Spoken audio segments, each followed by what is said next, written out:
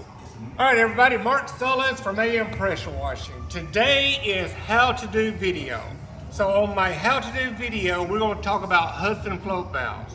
So in all of my pressure washing skids, so you don't waste your DI water, we have one of these, Hudson Float Valve inside your tank. Well, this is your bulkhead. Your bulkhead is held on by this nut at the top, and then you got your hose that goes on right here with a ball valve. That shuts the water on and off on your tank. That way you can use the manifold for your water fed pole, or you can fill your tank. So if you have a problem, if you hook up to a high pressure system like a fire hydrant, or somebody's home or building has way more water pressure than it normally should be, your Hudson Float Valve has a diaphragm in here.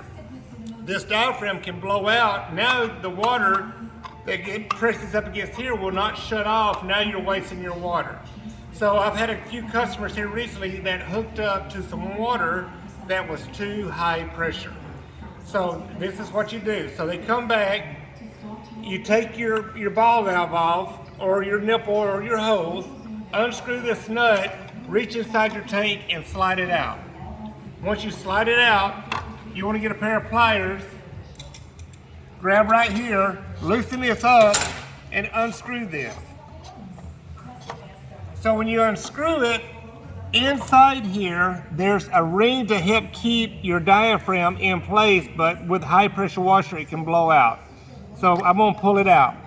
So you see that little soft little rubber lip right there? So now you can see that if you have too much water pressure, it can blow it out, and when it blows it out, it does like a little lip, and now it doesn't seal. So all you do is you take it out,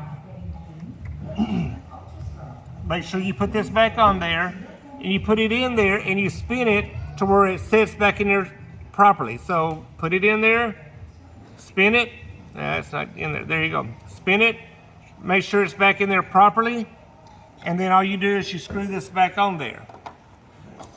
You don't damage these, it just needs to, the diaphragm needs to be reseated back in its little groove and everything.